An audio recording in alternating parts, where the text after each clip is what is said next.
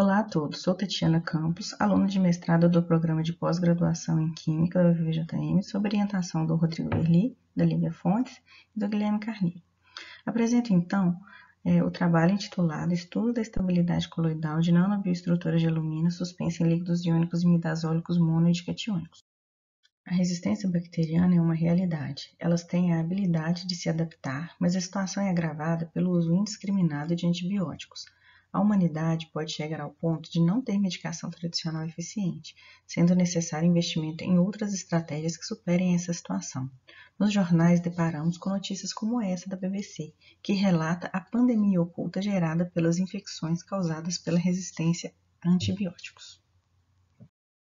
Algumas alternativas são baseadas em nanotecnologia. Vários são os tipos de nanocarreadores existentes, e aqui estão sendo representados alguns deles que podem ser utilizados no carreamento, isto é, na condução dos fármacos ou moléculas bioativas para algum alvo específico. Já aqui, temos exemplos de como esses carreadores podem ser modificados. Esse lipossoma mostra como pode se envolver e proteger diversas estruturas, como algum material genético, DNA ou RNA, ou até mesmo a droga. É possível também atuar na modificação da sua superfície. Aqui chama a atenção para a possibilidade de funcionalizar uma nanobioestrutura com um peptídeo, pois existem peptídeos antimicrobianos que podem ser aliados no combate à resistência bacteriana.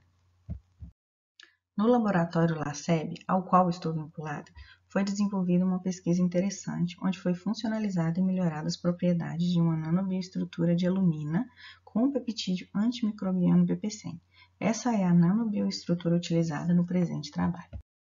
Nessa figura, temos o esquema da ligação covalente entre a alumina e o peptídeo BP100, possuindo 4 resíduos de aminoácido como espaçadores entre essas duas moléculas. E aqui está a representação por letras da sequência primária do aminoácido BP100. Já nesta outra figura, é possível observar que o peptídeo ligado à nanopartícula encontra-se desenovelado em meio aquoso, ou seja, com sua cadeia carbônica sem uma estrutura tridimensional definida. No entanto, ao se aproximar da camada fosfolipídica, há a formação de uma estrutura mais organizada, ou seja, há uma interação peptídeo-membrana que perturba a estrutura da membrana microbiana, sendo esta perturbação responsável pela inativação da bactéria ou do micro-organismo. No entanto, há a necessidade de melhorias para se tornar aplicável. Um dos problemas apresentados é que essa nanopartícula de alumínio funcionalizada precipita em meio aquoso. Os líquidos iônicos podem ser usados para contornar esse problema por serem solventes moldáveis. Suas propriedades dependem da sua estrutura química e podem ser modificados para atender objetivos específicos. Vamos analisar a estrutura desse líquido iônico com uma cabeça imidazólica, que lhe confere uma carga positiva, e uma cadeia carbônica, que quanto maior, mais apolar. Se o líquido iônico tiver apenas uma cabeça imidazólica, é monocatiônico. Se tiver 2 cabeças imidazólicas, será dicatiônico. Comparando-se o mono e o dicatiônico com cadeias carbônicas semelhantes, o líquido iônico dicatiônico será o mais polar. Nesse exemplo, a cadeia carbônica contém 10 carbonos, e é essa a estrutura dos líquidos iônicos que usaremos nesse trabalho.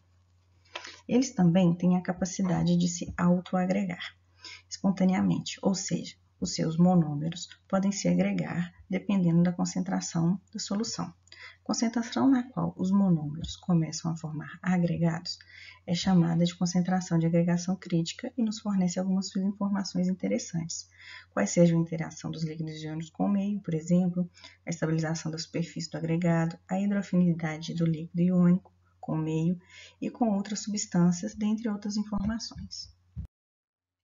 Para determinar a CAC, construiu-se a curva condutividade versus concentração. Os líquidos iônicos foram adicionados em 2 meios diferentes, em água pura e em suspensão com as nanopartículas funcionalizadas com o peptídeo. Bom, como se deu esse procedimento? Foram adicionados alíquotas do líquido iônico monocatiônico, primeiramente em água, aumentando sua concentração progressivamente. A cada alíquota adicionada, foi-se medido a sua condutividade. Repetiu-se esse mesmo procedimento com a suspensão. Depois, esses mesmos procedimentos foram feitos para o líquido iônico dicatiônico. Tem-se como resultado 4 gráficos semelhantes a esse. Observem que há um momento em que o comportamento do aumento da concentração, juntamente com a condutividade, tem uma leve alteração. A inclinação da reda muda. É exatamente este ponto que os agregados começam a se formar e podemos obter a CAC, bem como os valores de α1 e α2. Com esses dados, obtemos os valores de energia livre de agregação. Também os valores de alfa e beta, que vão de 0 a 1. O alfa nos dá a proporção de monômeros livres. Já o beta indica a proporção de agregados formados. Assim, podemos ter uma noção de algumas interações. Todos esses resultados são possíveis pela proposta de cálculo de Carpena e pelos programas Kaleidagraph e Orange para tratar os dados matematicamente. Os resultados para o líquido iônico monocatiônico mostram que eles têm valor relativamente baixo de CAC, tanto em água quanto na suspensão, mostrando facilidade de agregação, como já esperado por causa do tamanho da sua cadeia carbônica. Além disso, alfa e beta indicam ter mais monômeros do que agregados. Já no líquido iônico dicatiônico, apresentou um valor mais alto para a CAC, também esperado devido ao seu caráter mais polar, apresentando mais agregados do que monômeros livres, olhando para os valores de alfa e beta. Comparando-se os resultados do meio aquoso com a suspensão, concluímos que as nanopartículas não alteraram a tendência de agregação, sendo o processo espontâneo em todos os cenários, como pode ser observado pelo valor de energia livre de agregação negativo. A nanopartícula funcionalizada com o peptídeo BP100 não alterou de forma significativa os valores de CAC, aumentando levemente para ambos os líquidos iônicos. Talvez a explicação esteja na cadeia carbônica do peptídeo, que, apesar de ser longa e conferir um caráter hidrofóbico, o peptídeo BP100 possui 5 resíduos de lesina, que possui um grupo amino, aumentando sua hidrofilicidade, pois esse grupo funcional é capaz de realizar interações do tipo ponte de hidrogênio com a água e com o líquido iônico. Além disso, o alumínio possui átomos de oxigênio que também podem realizar interações do tipo ponte de hidrogênio, tendendo a aumentar o valor da CAC, apesar de cadeias carbônicas longas tenderem a diminuir a CAC por facilitar a formação de agregados pela alta hidrofobicidade. Mais estudos devem ser realizados para que as interações sejam melhor entendidas e descobrir se o potencial antimicrobiano é melhorado. Ainda serão realizados testes antimicrobianos, potencial zeta, diâmetro hidrodinâmico e análise térmica. Essas foram as referências utilizadas. Gostaria de agradecer ao CNPq, ao Programa de Pós-Graduação em Química, ao Departamento de Química e ao LACEP.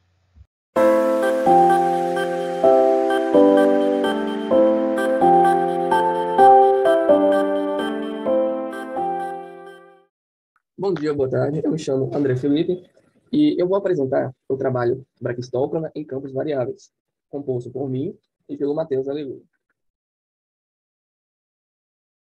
Bem, em 1696, Johann Bernoulli propôs o seguinte problema: encontrar a trajetória mais rápida entre dois pontos em um campo gravitacional constante. Esse problema ficou conhecido como a brachistócrona. Na figura 1, nós temos a visualização desse problema. É comum pensarmos que o caminho mais rápido é uma linha reta, uma vez que na geometria euclidiana, uma linha reta é o caminho mais curto entre dois pontos.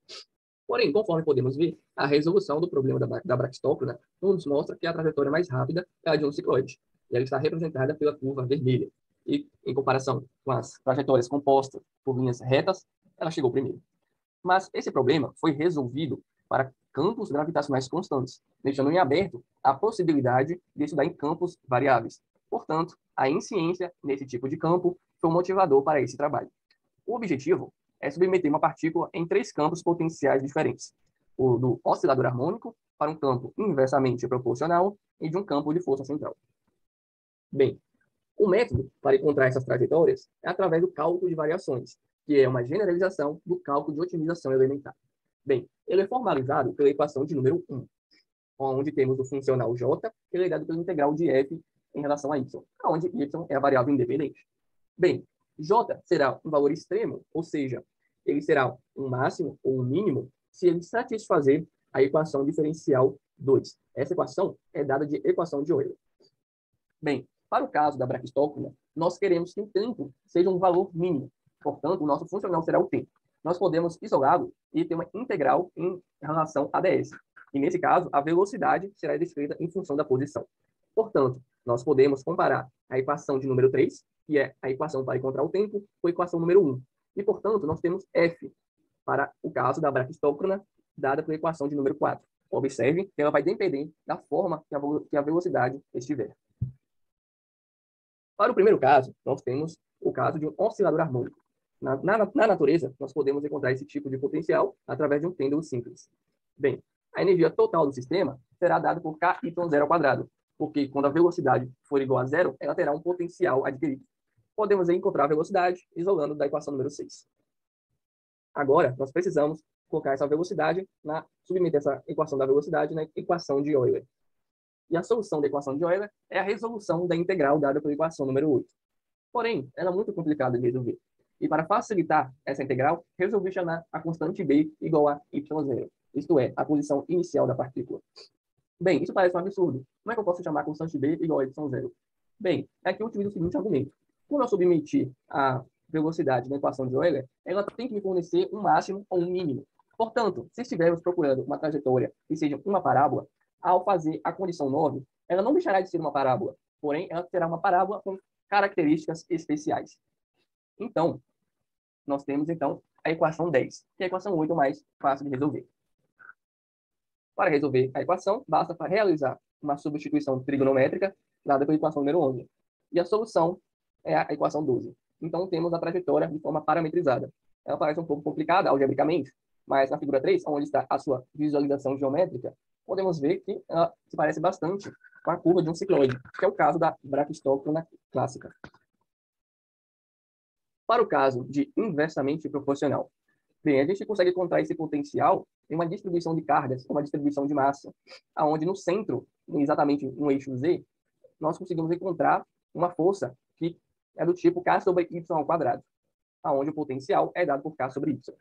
Bem, estamos iniciando com a partícula aproximadamente no repouso e para y é zero, ou seja, sua posição inicial no infinito. E assim, a energia total do sistema será igual a zero, e a constante K deverá ser negativa. Então, a função f, para esse caso, está dada pela equação de número 15. E é essa função f que queremos submeter na equação de Euler. Então, para obtermos a equação da trajetória, precisamos resolver a integral dada pela equação número 16. E para resolver, passamos uma substituição trigonométrica dada pela equação número 17. E temos a solução dela. E temos a equação de número 18. Porém, como podemos ajustá-la, podemos ter a equação 19, que é a equação 18, porém, com y estando isolado e para c igual a zero. Então, nós temos a equação da parábola para 3,1622. Bem, agora vamos falar sobre o caso da força central. Bem, no movimento de um sistema que é formado por dois corpos que são afetados por uma força que se direciona ao longo da linha que conecta ao centro desses dois corpos, esse tipo de força é chamado de força central. Bem, a gente consegue encontrar essa força no eletromagnetismo através da lei de Coulomb e também na lei de gravitação universal dos corpos de Isaac Newton. Bem, normalmente, colocamos o eixo de referência no centro de massa do sistema. Porém, quando uma massa de um dos corpos é muito maior que a massa do outro, aproximadamente, a gente pode colocar o eixo de referência em cima de um dos corpos, como é o caso da figura 7, onde a massa da Terra é muito maior que a massa da Lua. Então, é como se a gente colocasse o eixo de referência bem perto ou aonde está o centro de massa da Terra. Uma boa aproximação. Bem, a visualização do problema da força central pode ser visualizada na figura 6. A gente tem um deslocamento, né, ds, e temos o vetor posição, que localiza essa partícula que está sobre esse deslocamento ds, e temos uma força negativa, isto é, que aponta para o centro do eixo do sistema, para o centro do sistema. E, algebricamente, essa força é dada pela equação de número 20, onde K é uma constante e R chapéu é um vetor unitário que se direciona na direção do vetor posição.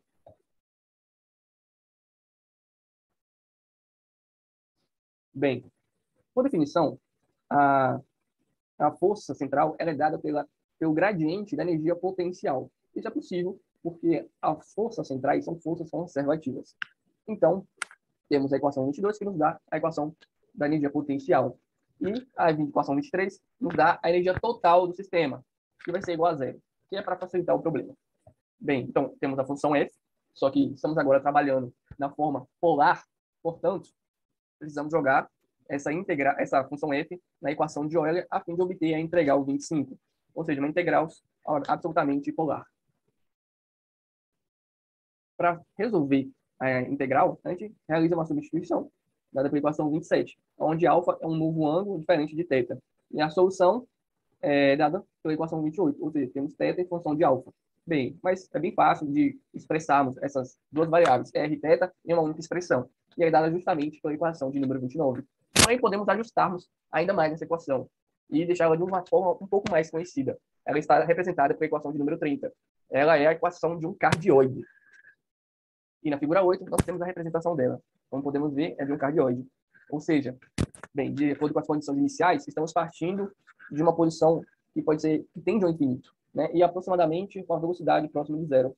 Então, a trajetória mais rápida para chegar na origem vai ser aquela que se aproxima de uma curva cardioide. As considerações finais. Bem, sobre a metodologia, ela se mostrou eficaz no que ela foi proposta. Ela nos forneceu as equações de trajetória que estávamos procurando. Porém, ela se limitou para que escolhêssemos condições iniciais bem específicas, para que pudéssemos resolver as integrais e expressões, para que não ficasse muito complicado de resolver. Então, esse foi o principal fator limitante para esse estudo. Uma possível aplicação pode ser utilizada, talvez, para estimativa de tempos de viagem espaciais. Como olhamos para o caso de uma força central, a cardioide seria a trajetória mais rápida. E se soubermos o tempo necessário para realizar essa viagem, então qualquer outro tipo de trajetória iria exigir um tempo de viagem maior. Bem, esse estudo esclarece de experimentação, ou seja, esse trabalho é essencialmente teórico. Portanto, se faz uma sugestão para um possível trabalho futuro, uma pesquisa futura, onde podemos testar a fidelidade entre a teoria e a realidade física. Essas foram as principais referências utilizadas para esse estudo e muito obrigado pela atenção.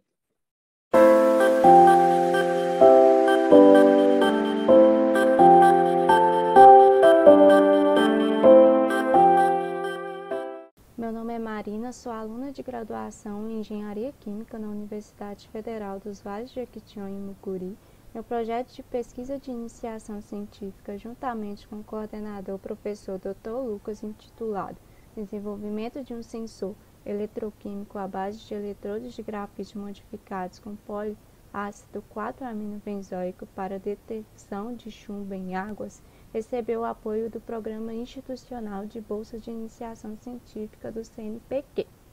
Nós sabemos que os metais pesados, como o chumbo e o cobre, são prejudiciais à saúde humana em determinadas quantidades, e a introdução desses metais no meio ambiente acontece principalmente por meio de contaminação de corpos d'água por atividades humanas. Diante disso, verificamos a necessidade de métodos analíticos altamente sensíveis e capazes de quantificar esses metais em baixas concentrações e com uma elevada confiabilidade. Nesse sentido, os métodos eletroquímicos proporcionam uma minuciosa detecção com a aplicação de diferentes técnicas. Sendo assim, o objetivo desse projeto foi investigar, otimizar e caracterizar eletrodos de grafite modificados com filmes poliméricos derivado do ácido 4-hidroxifenilacético e do ácido 4-aminobenzoico, para fins de aplicação na identificação e quantificação dos íons de chumbo e cobre em amostras de água.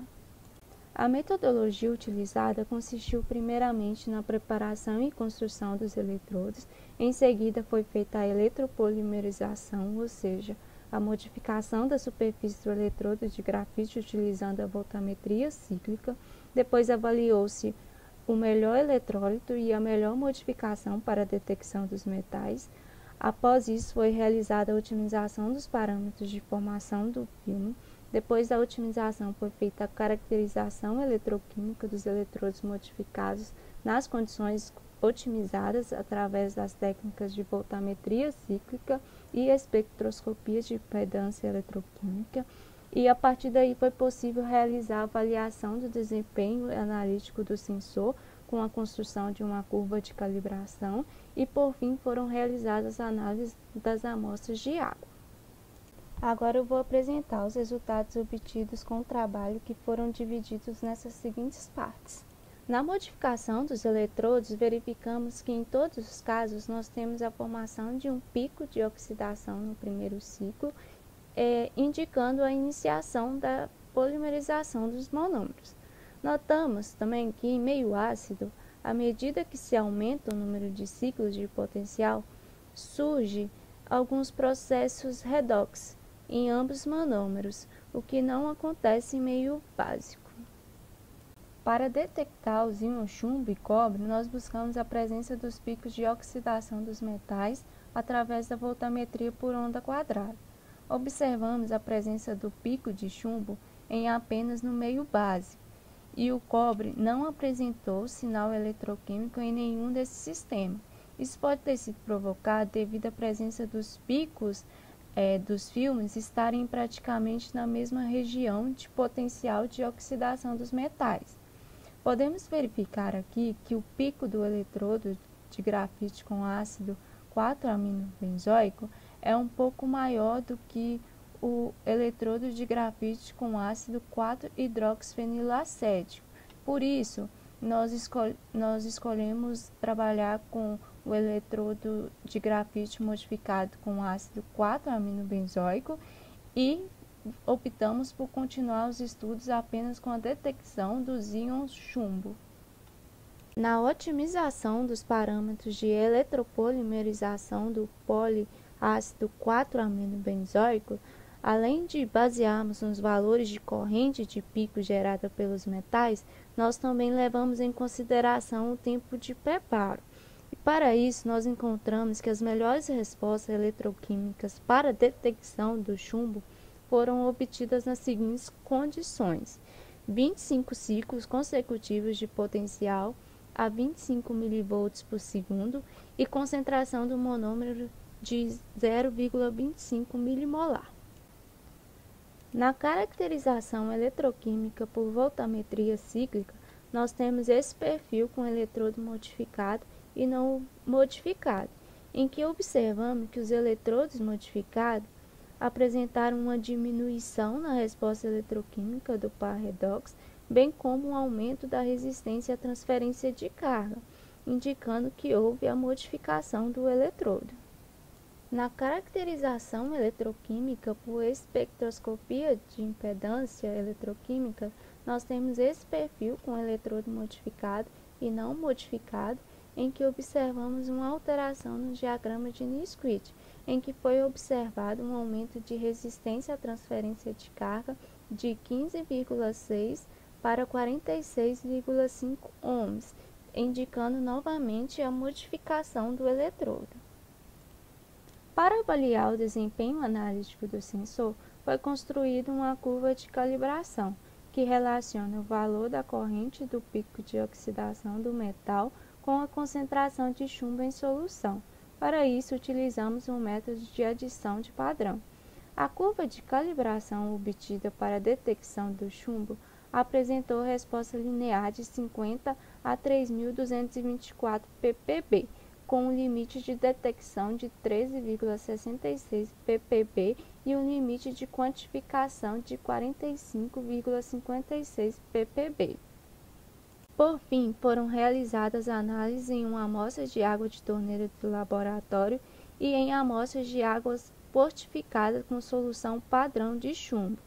Pela tabela, podemos verificar que não foi detectada a presença dos íons chumbo na amostra de água da torneira, ou então os níveis presentes de chumbo nessa água estão abaixo do limite de detecção obtido pela curva. E a porcentagem de recuperação para amostras de água fortificada com 454,5 ppb com chumbo apresentou uma média de 92%, o que pode ser considerado bom para o sensor proposto. Podemos concluir que os resultados foram muito promissores para a detecção de chumbo em nível traço, utilizando eletrodos de grafite modificados com filmes poliméricos provenientes do ácido 4-aminobenzoico, utilizando a voltametria por onda quadrada. E o principal objetivo deste projeto foi atingido, pois foi proposto um sistema de detecção eletroquímica de baixo custo, com alta sensibilidade e rápida resposta de análise para identificação e detecção de chumbo em amostras de água. Nossas referências. E eu gostaria de agradecer o Programa Institucional de Bolsas de Iniciação Científica do CNPq, a Universidade Federal dos Vales de Jequitinhonha e Mucuri e o Grupo de Eletroquímica e Nanotecnologia Aplicada pela oportunidade de realizar esse projeto de iniciação científica. Olá, meu nome é Cris de Peixoto e neste trabalho vou apresentar um estudo de uma máquina de étodo oscilante utilizando o Python. Este trabalho é fruto de um projeto que investiga o uso de softwares livres na pesquisa e no ensino, e foi desenvolvido durante a minha graduação no curso de Ciência e Tecnologia na UFJM, como trabalho de conclusão de curso, que foi orientado pela professora Débora Faragon. Este trabalho é um foco em estudar o movimento utilizando conceitos da mecânica analítica, em especial o formalismo lagrangiano. A mecânica analítica é uma abordagem ao estudo do movimento que tem diversas aplicações na física e na engenharia, e tem aspectos estruturais diferentes da mecânica newtoniana. Como objeto de estudo, foi escolhido um sistema físico de interesse, cuja dinâmica traz uma grande variedade de movimentos possíveis, a máquina de étodo oscilante. Nessa figura podemos ver uma representação de uma máquina de étodo oscilante, a MAO. Ela consiste em duas massas, descritas por M maiúsculo ou Mzão e M minúsculo ou Mzinho, ligadas por um fio que passa por duas polias.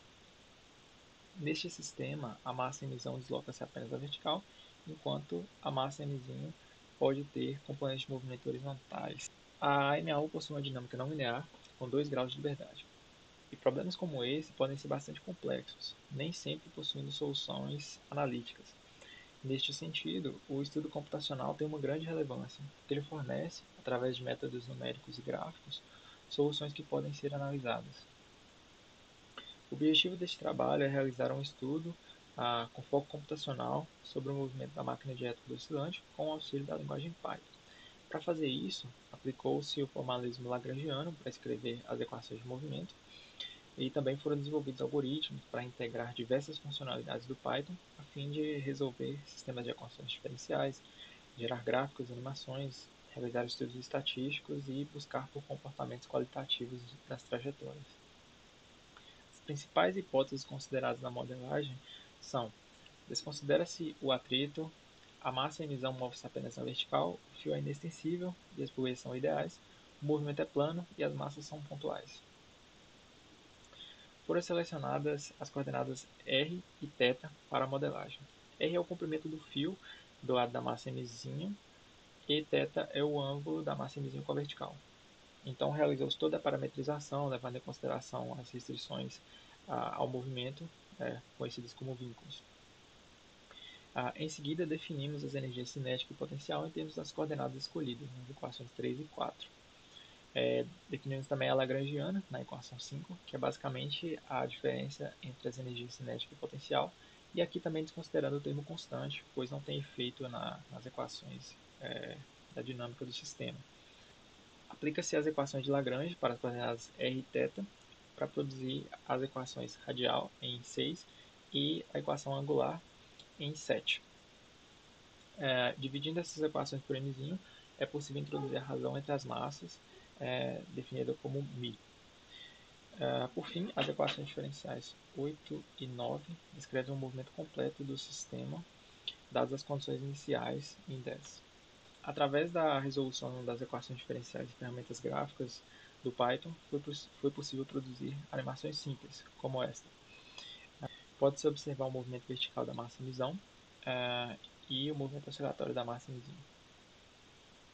Neste slide é possível ver a trajetória desenhada. Este tipo de simulação é interessante porque ele ajuda no entendimento do comportamento qualitativo do sistema, algo que é importante tanto para a pesquisa quanto para o ensino. Aqui podemos ver as coordenadas r e θ ao longo do tempo. E do ponto de vista do comportamento qualitativo, segundo Tufilaro e seus colaboradores, o comportamento da MAO inclui as seguintes classificações: movimentos com trajetória limitada, com a coordenada r menor do que 1 r máximo, isso sempre ocorre quando m maior do que 1. Trajetórias singulares, aquelas em que a massa mzinho atinge a posição r igual a zero. E também trajetórias não singulares, em que isso não ocorre. Trajetórias periódicas, que são aquelas em que as coordenadas r e θ se repetem após um determinado período. E também temos trajetórias de fuga, em que o sistema se desconfigura, quando, por exemplo, as massas se deslocam ao ponto de se desvincularem do sistema de polias. Vamos dedicar nossas avaliações principalmente à massa mzinho, porque nela há movimentos mais complexos. Ao comparar a simulação realizada, à esquerda, com o resultado obtido na literatura, à direita, pode-se dizer que há uma boa concordância qualitativa entre os resultados. Neste slide, temos exemplos de órbitas não singulares simuladas com o código implementado. Já neste slide, há órbitas periódicas. Para ilustrar o quão úteis as simulações numéricas podem ser para investigar o comportamento do sistema, foi implementado um código para a busca de soluções de fuga, mantendo condições iniciais constantes e variando somente a razão entre as massas. Com os parâmetros utilizados, quando o valor de R maior do que 5 metros é atingido, sabe-se que a massa emissão se desvinculou da polia e, portanto, há uma solução de fuga. O algoritmo foi capaz de informar os valores de μ, a partir dos quais é produzida uma solução de fuga. O algoritmo informou que para valores de μ menores do que 1.045, as trajetórias são de fuga. E os gráficos ilustram que o algoritmo foi efetivo ao avaliar esses valores. O valor também está bem próximo do teórico, que seria μ menor ou igual a 1. No caso limite em que a massa mzinho é muito maior do que a massa mzão, μ tende a zero e a equação de movimento radial se torna igual à equação 11. Ao avaliar as acelerações, percebemos que, nesse caso, a aceleração da massa mzinho tende à aceleração gravitacional e, portanto, a uma situação de queda livre. Para estudar a influência dos termos desconsiderados, no caso limite mencionado, aplicou-se o teste estatístico U, comparando as acelerações ao longo do tempo de simulação. Dessa maneira, é possível comparar a proximidade das soluções de queda livre para a massa mzinho e a solução que contém todos os termos, a solução completa. E é possível também identificar a partir de qual razão entre as massas pode-se considerar uma queda livre com um parâmetro de decisão baseado em probabilidade. Dadas as condições iniciais consideradas, com um nível de significância de 1%, pode-se dizer que para massas menores do que 0.007, as acelerações ao longo do tempo não são significativamente diferentes e poderíamos afirmar queda livre. Bom, a metodologia apresentada se mostrou promissora. Foi possível realizar a simulação da máquina de étodo oscilante e avaliar o comportamento qualitativo de algumas soluções, algo que é importante tanto para a pesquisa quanto para o ensino. Além disso, os códigos permitiram também a utilização de um teste de comparação entre amostras de dados e a geração de gráficos que descrevem as quantidades de interesse, bem como também a produção de uma animação que ilustra as trajetórias das massas. Foi analisado com mais detalhes o caso em que mzinho é muito maior do que mzão, e o resultado mostrou que o movimento da massa mzinho tende ao problema de queda livre. Foi possível também identificar a razão de massas a partir da qual se pode considerar a queda livre com base em um parâmetro de probabilidade. Aqui temos as principais referências utilizadas na apresentação. Bom, obrigado por assistirem a essa apresentação. Por favor, sinta-se à vontade para enviar perguntas. Olá a todos, meu nome é Pedro Henrique Wolff e eu vou dar início à apresentação do trabalho intitulado Proposta de Contenção de Vossoroka com uso de método de baixo custo e biodegradável, que também conta com a autoria da Lavínia Figueiredo, Pedro Magalhães e orientação da professora Alessandra Vasconcelos. Bom, quando falamos em perda de solo nas regiões tropicais, um dos processos mais importantes envolvidos é a erosão hídrica. Esse processo de vertente tende a acontecer devido aos elevados índices pluviométricos, tendo a água como principal agente erosivo, responsável pelo transporte de partículas e sedimentos de regiões mais altas para regiões mais baixas, ocasionando assim os processos de perda de solo. Essas feições se iniciam por ravinas e podem evoluir para feições muito maiores que, quando atingem o lençol freático, é chamado de vossoroca. A evolução dessas feições traz uma preocupação muito grande para a sociedade, justamente pelos danos que podem causar. Podemos citar como exemplo a destruição de zonas rurais, espaços urbanos e destruição de estradas. O objetivo desse trabalho é encontrar um meio economicamente e ecologicamente viável para a contenção e recuperação de uma vossoroca. Por tratar-se de um trabalho experimental, será selecionado um dos canais de uma vossoroca localizado no município de Diamantina, nas margens de uma rodovia próxima ao UFVJM. Observadas as características ambientais, relevo, solos, clima, entre outros, optou-se pelo método de paliçadas de bambu, visto seu baixo custo, a disponibilidade na região e tratar-se de um material biodegradável, visando minimizar os impactos ambientais. A realização desse estudo justifica-se, já que a região apresenta inúmeras vossorocas, e o desenvolvimento e aplicação em posterior divulgação deste método junto à comunidade pode evitar prejuízos econômicos e ambientais. A área de desenvolvimento do trabalho localiza-se em uma propriedade particular nas margens da rodovia MG 367, entre o município de Diamantina e o campus JK da UFVJM, que fica aproximadamente 300 quilômetros de Belo Horizonte. A área de estudo está inserida no contexto geológico da Serra do Espinhaço Meridional, na formação Sopa-Brumadinho, composta predominantemente por quartzitos, filitos e metaconglomerados. Os solos da Serra do Espinhaço Meridional, no geral, são jovens, refletem as rochas quartzíticas e o relevo montanhoso, sendo assim um neossolo quartzo-arênicos. Porém, em locais com outras litologias e topografias, podemos encontrar diversas outras classes de solo, inclusive podem refletir nos processos de vertente.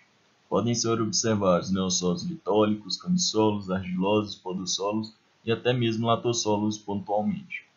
A vegetação é associada ao bioma cerrado, tendo como principal fitofisionomia os campos, desde campos de altitude, ferruginosos e os rupestres. Podem ser observadas matas de galerias e ciliares, além de campos cerrados. O clima também é um importante fator pedogenético e modelador do relevo. Nessa área de estudo, o clima é tropical de altitude, caracterizado por verões úmidos e invernos secos. A escolha da vossoroca se deu em função da proximidade à Universidade Federal dos Vales do Jequitinhonha e Mucuri e a possibilidade de realização de atividades de campo com custo zero. Além disso, há para a região disponibilidade de dados de geoprocessamento desde a década de 70 para acompanhamento do processo evolutivo da vossoroca. Para a aplicação do método, escolheu-se apenas um canal da vossoroca, a fim de experimentar a eficácia do mesmo sem incorrer em desperdício de material e tempo. O canal de escolha para a aplicação do método foi baseado na proximidade entre as vertentes e os ângulos das mesmas. Observou-se o local e foram determinados 4 pontos, o P1, P2, P3 e o P4, onde foram coletadas informações para o estudo do solo. Nesses pontos foram colhidas informações através de fotos e amostras de solo. A partir do manual de coleta e descrição do solo no campo, foram realizadas análises morfológicas dos solos. Observando o resultado do local em cada análise, decidiu-se aplicar o método da paliçada de bambu, que consiste basicamente em uma barreira de sedimentos que diminui a intensidade em que a água percola. Essa estrutura é montada com bambu de mesmo diâmetro e comprimento, amarrada com arame e forrada com saco de ureixo, semelhante àquele de laranja, que serve para barrar o sedimento ainda mais e diminuir o fluxo da água. Também é interessante ressaltar que após um certo tempo é possível a instalação de vegetações rasteiras dentro do canal para ajudar na redução da intensidade do fluxo da água. A Serra do Espinhaço Meridional é caracterizada por apresentar solos jovens de textura arenosa, siltosa ou associada, compostas por materiais de origem de quartzito ou filito. Esses materiais são muito suscetíveis aos processos erosivos, uma vez que esse solo não forma estrutura, como é o caso da vossoroca da área de estudo desse trabalho. Além disso, as vossorocas da região possuem vertentes inclinadas, outro agente intensificador do processo erosivo. Ainda, observa-se marcas das ações antrópicas, como a retirada da vegetação nativa, má deposição de resíduos sólidos e monocultura de eucalipto. Como podemos observar nas imagens, as vossorocas da região diamantina carecem de métodos de contenção. Diante disso, a discussão em torno desse trabalho é de que, aplicando-se as paliçadas de bambu em apenas um canal da vossoroca, espera-se a diminuição do pulso d'água e mais rapidez na contenção do processo. O método proposto nesse trabalho ainda não foi executado, e se a gente fazer uma rápida pesquisa pelo Google Earth, é possível identificar vários locais com vossorocamento nos municípios ao redor de Diamantina, como por exemplo a região de Gouveia, a região de Datas, outra vossoroca na região de Datas, mais outra vossoroca na região de Diamantina. Bom, então, no entanto, se realmente for um método eficaz, esse projeto seria demonstrado para a comunidade.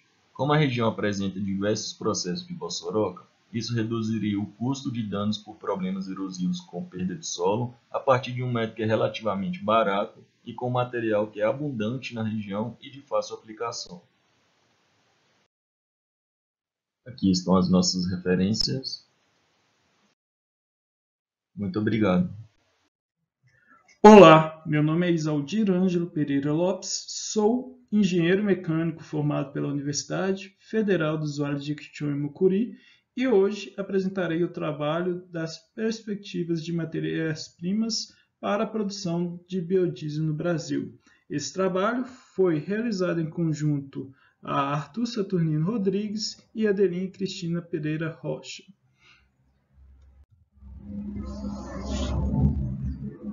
A obtenção e a oferta de bioenergia têm sido apontadas como alternativas para minimizar os efeitos causados pelo uso desgovernado do petróleo e seus derivados.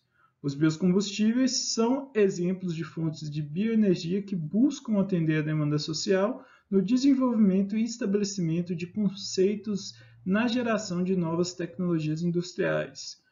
O biodiesel se destaca entre os biocombustíveis por ser derivado de biomassa renovável.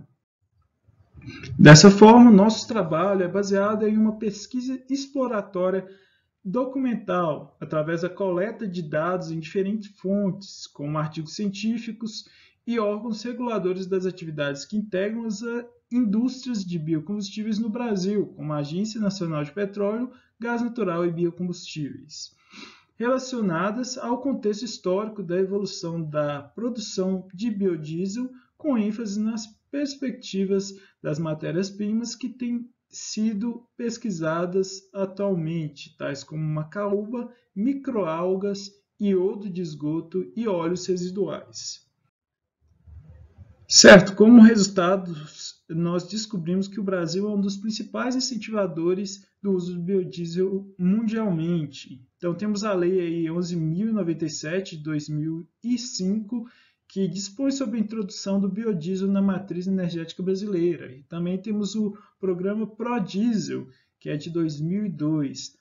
Tanto a lei quanto esse programa têm como objetivo inserir o biodiesel no diesel normal. Então, aí, o uso como mistura junto ao diesel fóssil é estabelecido por lei. E desde que o programa foi lançado e a lei foi passada, o teor da mistura evoluiu de 2% e hoje em dia chega atualmente a 11%. E temos a previsão aí que até 2023 o biodiesel componha 15% da mistura com o diesel fóssil aí normal. Então podemos ver a evolução da produção do biodiesel desde o ano de 2009 e chegando agora no ano de 2018. Então temos um aumento aí de 233%, se compararmos dos 2018 a 2009. Então, 9 anos aí aumentou mais de 2 vezes essa produção. Temos aí que no Brasil o biodiesel é produzido na maior parte a partir da soja. Então, porém, é possível aumentar essa produção com outras matérias-primas. Temos aí outras matérias-primas sendo os óleos de palma, de amendoim, de nabo forrageiro, de girassol, da mamona, de sésamo, de canola, de milho e o óleo de fritura, que já foi usado, então você pode reutilizar ele ali para fazer o biodiesel, além de outros materiais graxos utilizados na produção do biodiesel.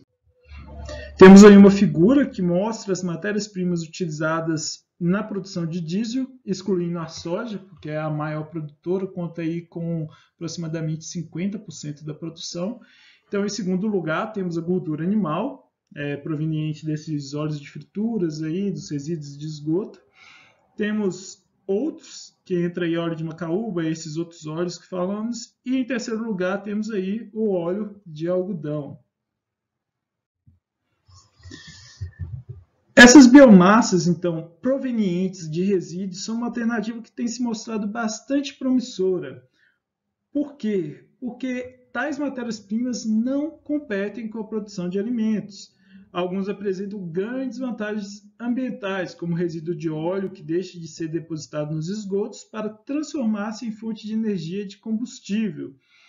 Também como a macaúba, que utiliza seu fruto para a obtenção de óleo do mesocarpo, para a produção desse biocombustível, e as microalgas, que possuem uma elevada produtividade por unidade de área quadrada. E no caso aí as microalgas também têm a parte de captação de carbono, que é assim que elas estão evoluindo, elas estão retirando carbono da atmosfera. Porém, nosso trabalho não é focado nisso. Para concluir, então temos aí que para que esses recursos alternativos à soja sejam utilizados, sejam viáveis à produção de larga escala, se faz cada vez mais necessário o incentivo de políticas públicas e do setor privado para incentivar e inserir essas biomassas no mercado de combustíveis. Temos como exemplo um novo programa, que é o Renova Bio, que incentiva o aumento da produção e da participação dos biocombustíveis na matriz energética de transportes do país. Então aí temos a nossa fonte principal, que é a Agência Nacional de Petróleo. Trabalho bem sucinto, bem curto. Espero que tenham gostado. Até mais.